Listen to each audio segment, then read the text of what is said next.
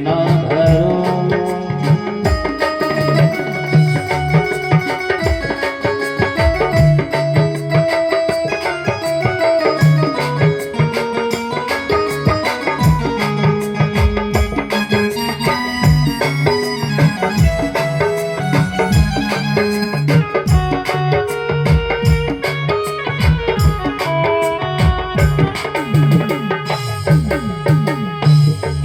नदिया एक नाली कहाँ बदू, एक नदिया एक नाली कहाँ बदू, मैं लोई नीर भरो,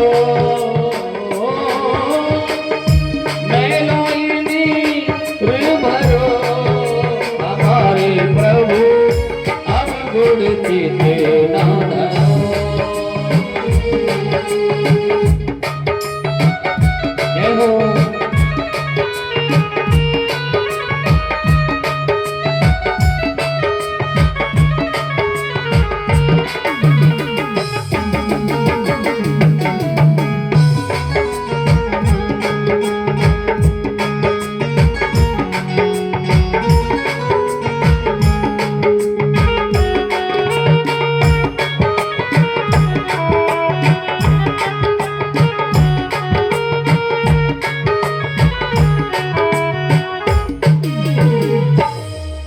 सावरे सरकार।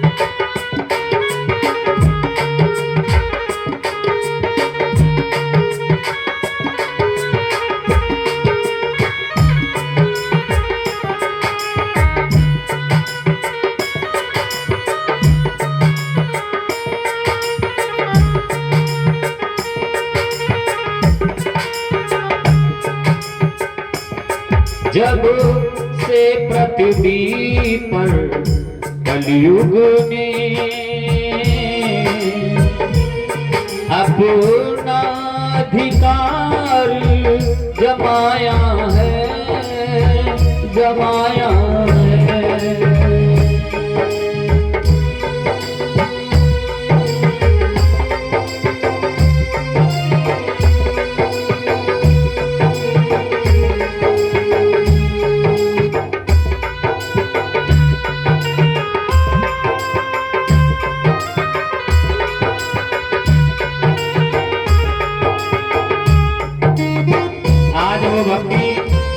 रो रो करके नारद जी से कह रही है, हे महात्मन, मेरे दुख का कारण आप पूछ रहे हो तो और सुनो। जीवों की रुचिया सुरी हुई, जीवों की रुचिया सुरी हुई, सब और अधर्म दिखाया है, दिखाया है।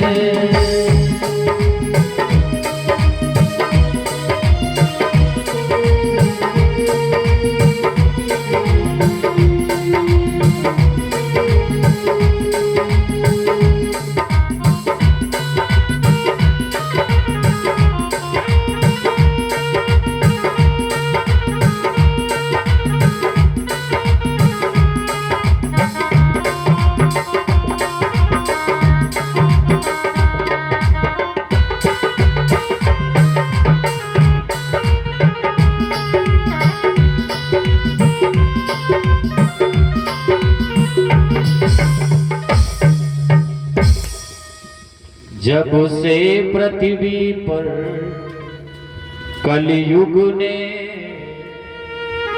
अपना अधिकार जमाया है, जीवों की रुचियां सुरी हुई, हर ओर अधर्म दिखाया है। हे महात्मा, जब मैं अन्य जगह पर घूम रही थी तब तक तो ठीक था, लेकिन जब से मैं वृंदावन में आई हूँ, कलयुग के प्रभाव से यहाँ पर मैं बूढ़ी हो गई, वो मैं जवान हो गई और मेरे पुत्र बूढ़े हो गए। ये कलयुग की कृपा है महाराज। मेरे भाई, ये कलयुग की ही तो कृपा है, और कैसे आप लोग समझेंगे। देखना आज अपने भी समाज में माता पिता जवान रहते हैं और पुत्रों पर बड़ी जल्दी बुढ़ापा आने लगता है। हाँ, माता पिता के सामने बच्चों को खड़ा कर दो तो लगता ही नहीं है, हाँ, कि कौन बेटा है कौन पिता है।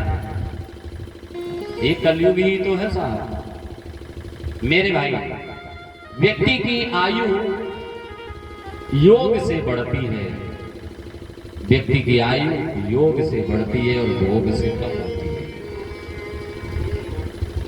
तभी आज का व्यक्ति बड़ी जल्दी बूढ़ा हो जाता है। पहले के लोग 100-100 साल तक जीवित रहते थे, अब 100 साल तक नहीं, आज की न्यू जनरेशन नहीं पहुंचने वाली है, क्योंकि इतने अंदर व्यसन पैदा हो गए हैं जिससे वो वहां तक पहुंच ही नहीं पाएंगे। मेरे भाई, 1 लाख वर्ष व्यक्ति की आयु थी सतयुग में। 1 लाख वर्ष कितनी? 1 लाख सतयुग में। तो जब धीरे धीरे सतयुग जाने लगा तो भक्तों ने भगवान से प्रार्थना की, बोले प्रभु ये वाला युग तो जा रहा है, और जब त्रेता युग आवे तो इतनी उम्र मत रखना। भगवान ने कहा क्या चाहते हो? बोले प्रभु यही चाहते हैं, 1 जीरो कम कर देना। तो भगवान ने फिर उसके बाद में आया त्रेता युग, तो भगवान ने भक्तों के अनुसार 1 जीरो कम कर दिया, तो त्रेता युग में व्यक्ति की आयु रह गई 10,000 वर्ष। धीरे धीरे त्रेता युग भी जाने लगा तो भक्तों ने फिर कहा, बोले प्रभु 10,000 भी बहुत ज्यादा होते हैं, ऐसा करना जब आगे आने वाला युग आए ना तो 1 जीरो और कम कर देना। भगवान ने कहा ठीक है, द्वापर युग में हम 1 जीरो कम करेंगे। तो जब द्वापर युग आया तो भगवान ने 10,000 में से 1 जीरो कम कर दिया, तो द्वापर युग में इंसान की आयु रह गई 1,000 वर्ष। द्वापर युग धीरे धीरे जाने लगा तो भक्तों ने फिर भगवान से कहा, बोले प्रभु आप भी जा रहे हो और आप दोबारा अवतार लेंगे तो ऐसा करना कि 1,000 वर्ष भी बहुत ज्यादा होते हैं, अब आएगा आगे कलयुग। कलयुग के पास इंसान के पास में समय ज्यादा नहीं होगा, क्योंकि कलयुग का व्यक्ति इतना व्यस्त रहेगा कि उसे भजन पूजन में टाइम ही नहीं मिलेगा उसको। इसलिए प्रभु 1 जीरो और कम कर देना। भगवान ने कहा ठीक है। धीरे धीरे द्वापर युग गया, आया कलयुग, तो भगवान ने 1 जीरो और कम कर दिया, तो कलयुग में इंसान की उम्र रह गई 100 वर्ष। अब हम लोग भगवान से ये प्रार्थना करेंगे कि हे प्रभु आप जीरो मत कम करना है।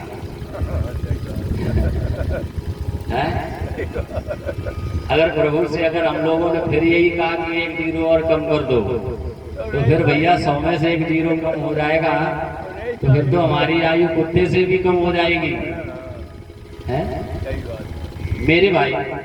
और ये तो वास्तविकता है कि कलयुग के व्यक्ति के पास में, भक्तों के पास में, कलयुग के जो भक्त हैं उनके पास में समय नहीं मिलता है मेरे भाई। अब 100 तक भगवान ही भरोसे हैं जो लोग पहुंच जाए आज के, नहीं तो 50, 60, 70 पे इस मामला सिमट जाएगा मेरे भाई। ऐसी कथा दर्शन कराई, कहा नारद जी ने देवी ये मैं आश्चर्य देख रहा हूं कि माँ जवान है पुत्र बूढ़े हैं। तो देवी भक्ति कहने लगी, है संत जी यहाँ पर मेरे तो ग्राहक हैं, परंतु मेरे पुत्रों का कोई ग्राहक नहीं है। अब कलयुग की ये विशेषता है कि ये जवानी जब तक रहती है तब तक तो सभी से प्रेम करती है ये दुनिया। अब बुढ़ापा आ जाता है वैसे ही डाल दी जाती है चारपाई एकांत में पड़े रहो, है? मेरे भाई बहन, बूढ़ों की कदर कलयुग में नहीं है। लेकिन मैं उन बच्चों से भी निवेदन करूंगा कि यदि बूढ़े नहीं होंगे तो तुम्हें अच्छी राय कौन देगा, अच्छी सलाह देने के लिए कौन आएगा? ये बुजुर्ग ही तो है जो आपको कहीं पर यदि फंस रहे होंगे आप, और यदि कोई बुजुर्ग अच्छा व्यक्ति अगर कोई है आपके साथ में तो आपको निकाल ले जाएगा। एक बार एक गांव में बारात तय हो गई थी, ध्यान से सुनना। बारात तय हो गई तो लड़की के पिता ने शर्त रख दी कि देखो बारात लेकर के आना तो कोई बुढ़ा ना आ जाए। हाँ, बारात में कोई बूढ़ा नहीं होना चाहिए, तब तो शादी करेंगे। अगर कोई बूढ़ा दिख गया तो बारात वापस कर दूंगा। ठीक है भाई नहीं लाएंगे, जैसे तैसे तो शादी हो रही थी, वैसे तो हो नहीं रही थी, जैसे तैसे रिश्ता आया, अगर कोई बूढ़ा चला जाएगा तो वो भी कैंसिल हो जाएगी, इसलिए हम कोई बूढ़ा नहीं ले जाएंगे। बेटे के बाप ने तय कर दिया, शर्त रख दी, कह दिया हाँ मैं नहीं लाऊंगा। भाई शादी बारात अब जाने वाली थी, पूरे गांव में सूचना कर दी कि जितने भी बाराती जाएंगे वो 7 नई उम्र के लड़के जाएंगे, कोई भी बूढ़ा नहीं जाएगा। बारात बस खड़ी है, तब तक उस बेटे के नाना आ गए, बूढ़े थे बेचारे। नाना आ गए तो नाना ने कहा अरे मैं देख रहा हूं अब तुम्हारे गांव की बारात है तो मुझे बोलने की जरूरत नहीं है, लेकिन अब मुझे बोलना पड़ रहा है, मन नहीं मान रहा है। अरे एक आध बूढ़ा व्यक्ति तो लिए जाओ, वहां पे तुम्हें कौन क्या बताएगा, तुम शादी वादी के बारे में तुम्हें नहीं पता है, बड़ी फोगटें होती हैं, एक आध तो चला जाए कोई बूढ़ा। बोले नहीं, लड़की के पिता ने ऐसे ही बारात बुलाई है, कोई बूढ़ा नहीं आया है। तो लड़के के नाना ने कहा देखो मैं कब कह रहा हूं उनको बस में बिठा के ले जाओ, बिठा के मत ले जाओ पर ले जरूर जाओ। हाँ अब कह रहे कि कैसे ले जाए, कहीं वहां बारात की चेकिंग की गई बस की तो कहीं निकल आया तो बारात वापस हो जाएगी। गर्मी का मौसम था, यही चल रहा था, तो लोगों ने कहा ऐसा करो ये बहुत ज्यादा बोल रहे हैं, ऐसा करो इन्हीं को ले चलो। अब बोले कहाँ ले जाएं, सीट में नहीं बिठाएंगे तो ऐसा करो कि जो बस में डिग्गी होती है पीछे सामान रखने वाली, बोले उसमें रख लो इनको। और उनको उसी में अंदर बंद कर लिया। बारात पहुंची जनवासे में तो लड़की का पिता आया, बस की चेकिंग करने लगा, कोई बूढ़ा तो नहीं है, देखा कोई नहीं है, द्वाराचार हो गया। मेरे भाई अब बारात को भोजन करा दिया गया, अब सुबह आया मंडप के नीचे का कार्य, तो लड़की के पिता ने फिर कहा देखो अब भैया फेरे तब पड़ेंगे जब आप मेरी एक शर्त स्वीकार करो। बोले बताओ। बोले जो अपने हमारे गांव के बगल में जो नदी बह रही है ना, उस नदी में पानी की जगह पर दूध बहाओ पहले, तब फेरे पड़े। आप सब चक्कर में पड़ गए, अब नहीं खेल के लड़का जितने थे सब चक्कर में पड़ गए, अरे तो नहीं सब पड़। अब सब आपस में विचार कर रहे हैं कि क्या करें, अगर नहीं ऐसा करते तो बारात वापस जाएगी, फेरे पड़ेंगे तो अब तो और ज्यादा बदनामी होगी। तो जो बहुत ज्यादा बदनामी होगी पूरे क्षेत्र में कि बारात वापस आ गई। अब सब आपस में बस के पास आए, बस में चढ़ने लगे, लड़की के पिता ने कह दिया जाओ बारात वापस ले जाओ, अगर ऐसा नहीं करोगे तो सब बस में डर की वजह से चढ़ने लगे।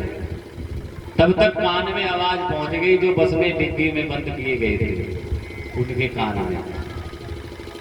तो एक व्यक्ति कहने लगा ऐसा करो, अब अपने लोगों को नहीं पता है कि नदी में पानी की जगह पर दूध कैसे बहाएं, तो इनको लेके आए हो, लाओ इनसे भी पूछ लिया जाए। हाँ बुजुर्ग व्यक्ति हैं, ये कब काम आएंगे, लाओ इनसे पूछा जाए। तो धीरे से बस की वो खिड़की खोली गई जिसमें वो बंद थे, और वो देखा कि पसीने में लथपथ, गर्मी का मौसम, न नाश्ता मिला, कुछ भी नहीं, पानी तक की नहीं पूछी किसी ने। अब उन्होंने कहा क्या हुआ, बोले एक समस्या आ गई। बोले क्या है, बोले अब बारात वापस जा रही है। बोले क्यों, बोले लड़की के पिता ने कहा है ऐसी शर्त रखी है कि फेरे तब पड़ेंगे जब नदी में पानी की जगह पर दूध बहा गए। तो बड़े बूढ़े ने कहा बस इतनी सी बात थी। बोले और क्या, बोले तो इतनी सी बात के लिए बारात को वापस लिए जा रहे हो। बोले फिर, बोले तुम एक काम करो, बोले खबर भेजो लड़की के पिता से कहो कि तुम नदी खाली कराओ और हम दूध की व्यवस्था कर रहे हैं। समझो आप, तुम नदी खाली कराओ और हम दूध की व्यवस्था कर रहे हैं। अब नदी बताओ कैसे खाली हो। तो वो लड़की का पिता समझ गया कि मुझे ऐसा मालूम पड़ता है कि कोई बुढ़ा आया है, कोई जरूर आया है। अब फिर दोबारा बस की चेकिंग की गई, कोई नहीं दिखा। तब लड़की के पिता ने ये कहा, एक काम करो, बोले अब विवाह तो हो ही जाएगा, लेकिन पर मुझे तो उस व्यक्ति के दर्शन करा दो जिसने तुम्हें ये राय दी है। उस व्यक्ति के दर्शन करा दो मुझे। वो व्यक्ति बहुत महान है। उनको निकाला गया भैया वहां से, लेके आए पसीने में ला। बोले यही महान मूर्ति है वो? बोले हाँ यही है। गले से लगाया। कहा बाबा मैं जब रिश्ता पक्का करने के लिए आपके घर पे आया था तो आपके यहाँ पर जितने लोग आए थे उस समय पर, तो मैंने उन सबकी भाषा शैली से ऐसा अनुभव किया था कि यहाँ पर बुजुर्गों की कदर नहीं होती है। तो ये नाटक मैंने इसीलिए किया था कि कम से कम अभी बुजुर्गों को मानने को लगेंगे, विवाह तो हो ही जाएगा। मेरे भाई तब वो विवाह उनका पूरा हुआ। अब समझो अगर वो व्यक्ति को बूढ़े को ना लेके गए होते तो विवाह होता नहीं होता। तो इसलिए हमेशा व्यक्ति को नहीं, उम्र को नहीं, व्यक्ति के अनुभव को और व्यक्ति के विचारों की कदर करनी चाहिए, चाहे वो बूढ़ा हो चाहे वो जवान हो। प्रेम से बोलो राधे राधे। मेरे भाई तो परीक्षित जी कथा कहाँ पे हो रही थी?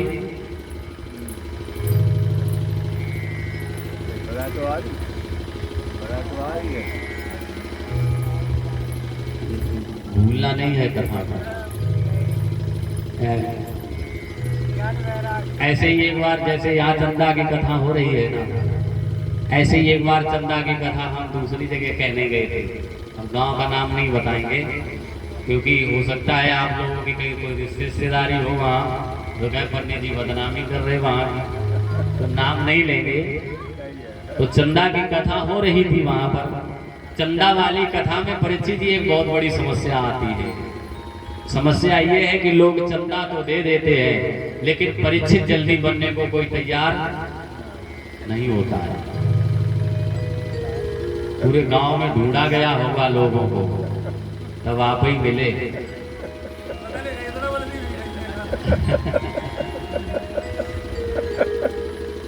यही होता है, आपकी कृपा मेरे भाई।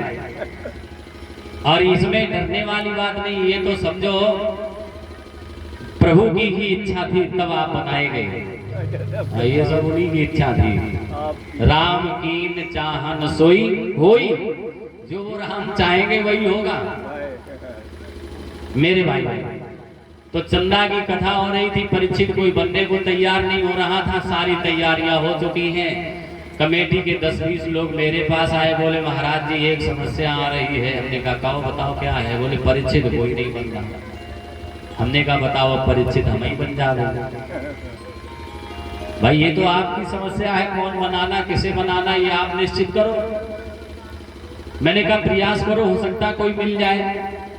भैया ढूंढने के लिए फिर निकले तो गांव के बाहर खेतों में एक जानवर चरा रहा था व्यक्ति, गांव का ही था।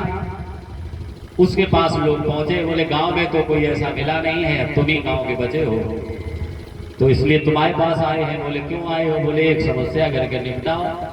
बोले बोलो। बोले कथा में परीक्षित कोई नहीं बन रहा है और ऐसा करो तुम परीक्षित बनने के लिए तैयार हो जाओ। तो वो व्यक्ति कहने लगा अरे ये हमारे भाग्य में कहाँ है? बोले नहीं आप बढ़िया हो। तो बोले हमें पंडित जी के पास ले चलो। पहले पंडित जी के पास लाए गए भैया हमारे पास। बोले महाराज जब इन्हें गांव में कोई ना मिलो तब इनकी मजबूरी अब हमें बनाई देगी, लेकिन अब हमारी 2 शर्तें हैं, आप स्वीकार करो। हमने कहा बताओ। बोले पहली शर्त हमारी ये है कि कथा चाहे जहां पे चल रही हो आप पूछेंगे नहीं,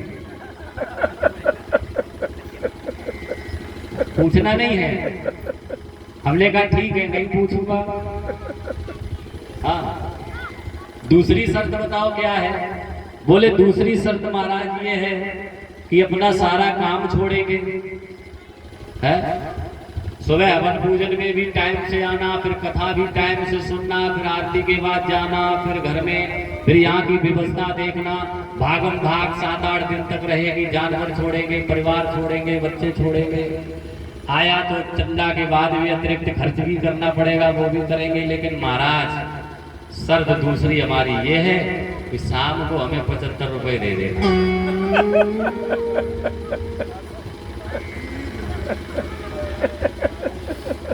अब समझो 75 रुपए का क्या करेगा वो। मेरे भाई हमने कहा भैया नहीं कोई बात नहीं है, तुम्हें वो भी मिलेंगे। कथा हो गई, चालू हो गई। संयोग की बात ऐसी कि जब कथा का तीसरा दिन आया तो मैं ये भूल गया कि इन्होंने कुछ शर्त रखी थी। मैंने पूछ दिया महाराज कथा कहाँ पे चल रही थी?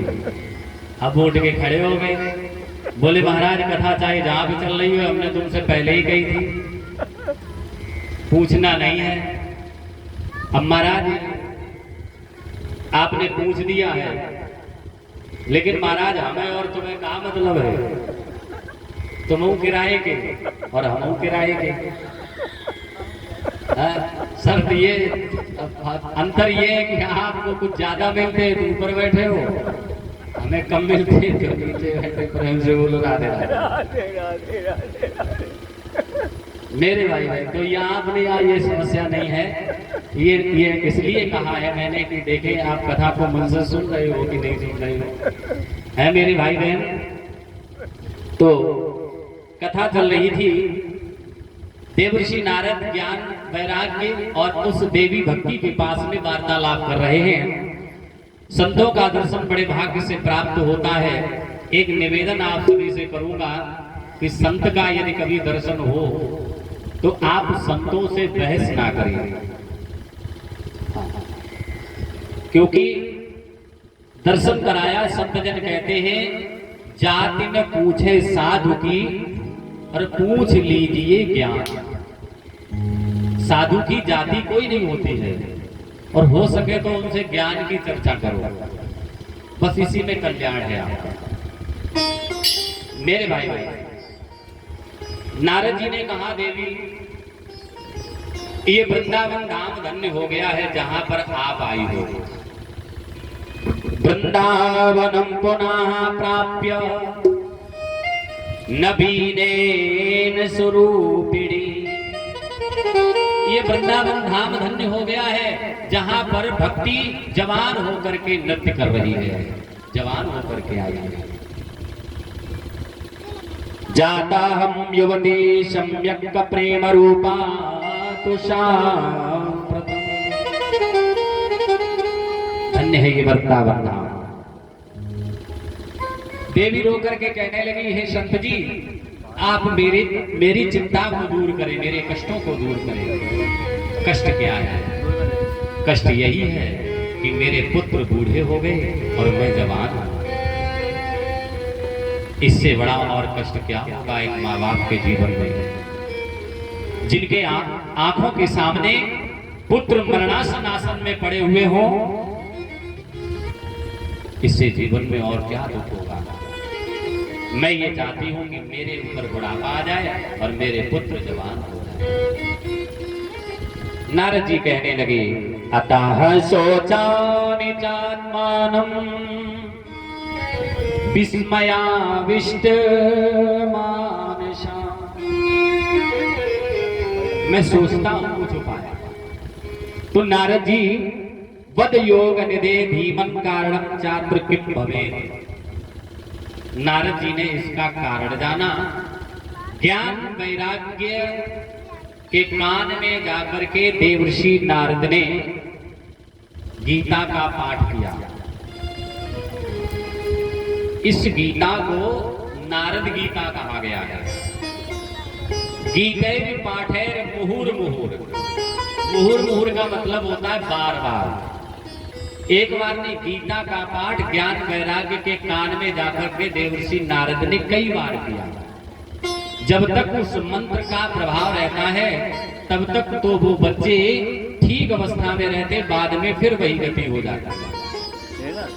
अब नारद जी को चिंता हो गई। श्रुषवाहिता बाले योगयं दारुणा कली तेन युक्ता सदाचारो योग मार्ग स्तंपासिचा। बोले जब कोई बड़ी बीमारी हो जाती है किसी को तो फिर छोटी दवाई काम नहीं करती। भाई बड़ी बीमारी हो जाएगी तो छोटी दवाई काम थोड़ी ना करेगी मेरे भाई। हाँ, यदि किसी को मान लीजिए हल्का बुखार आ रहा है, हल्का सा शुरुआत हुई है, तो एक पैरासीटामोल की टेबलेट खा लेंगे तो बुखार उतर जाता है। और लेकिन वही बुखार टाइफाइड, मलेरिया और इत्यादि सब हो जाए एक बार में तो फिर पैरासीटामोल की टेबलेट काम नहीं करेगी। तब तो अच्छी दवाई की आवश्यकता पड़ती है। तो नारद जी ने गीता का पाठ किया, लेकिन थोड़ी देर तक प्रभाव रहता है, बाद में फिर वही हाल हो जाता है। तब नारद ऋषि ने उस देवी से कहा कि हे देवी, मैं तुम्हारे बच्चों को ठीक करने का उपाय कहीं न कहीं से अवश्य खोज करके लाऊंगा और तुम्हारे बच्चों को अवश्य ठीक करूंगा। मेरे भाई नारद ऋषि वहां से उस देवी को प्रणाम करके और रास्ते में जा रहे हैं तो आगे से उसको नारद जी जाते जाते देखा नारद जी बद्रिका आश्रम में पहुंच गए, जहां पर सनक सनंदन सनातन और सनत कुमार ब्रह्मा जी के मानस पुत्र सत्संग कर रहे हैं। तो नारद जी वहां पहुंच गए, सनकादिक ऋषियों को प्रणाम किया। तो नारद जी के चेहरे को देख करके सनकादिक ऋषियों ने कहा कि नारद, तुम्हारे चेहरे पर उदासी क्यों है? बोले मैं पृथ्वी में घूम रहा था, कुरुक्षेत्र गया, प्रयाग गया, गोदावरी गया, काशी गया, अन्य क्षेत्रों में मैं घूमता गया, लेकिन कहीं पर भी मन को शांति देने वाली जगह नहीं मिली। वृंदावन में मैंने एक आश्चर्य देखा, तत्र आश्चर्य मया दृष्टा। मैंने आश्चर्य देखा कि एक जवान स्त्री, दो बूढ़े पुरुष उसके पास लेटे हुए, जो उसके खुद के बेटे थे, जोर जोर से सांसें ले रहे थे। उस देवी को चिंता थी, उसने मुझसे प्रार्थना की, मैंने उस बच्चों को ठीक करने का वचन दे दिया है। मैंने उन देवी की बात को स्वीकार किया, कान में जाकर के गीता का पाठ एक बार नहीं कई बार किया, लेकिन कोई प्रभाव नहीं रहा। प्रभु, तो आप ही मुझे बताएं कि वो ज्ञान वैराग्य और वो भक्ति, उनके कष्टों का निवारण कैसे होगा। सनकादिक ऋषियों ने नारद जी से कहा कि हे नारद, जाओ, तुमने क्या उपाय किया? बोले मैंने गीता का पाठ किया। बोले अब गीता के पाठ से कुछ नहीं होने वाला है। बोले बीमारी बड़ी बन चुकी है। बोले फिर क्या करना पड़ेगा? बोले उस जाओ देवी को जाकर के ज्ञान वैराग्य को भगवान की कथा, श्रीमद् भागवत कथा सुना देना, और वो ज्ञान वैराग्य भक्ति ठीक हो जाएगी, उसके कष्टों का निवारण हो जाएगा।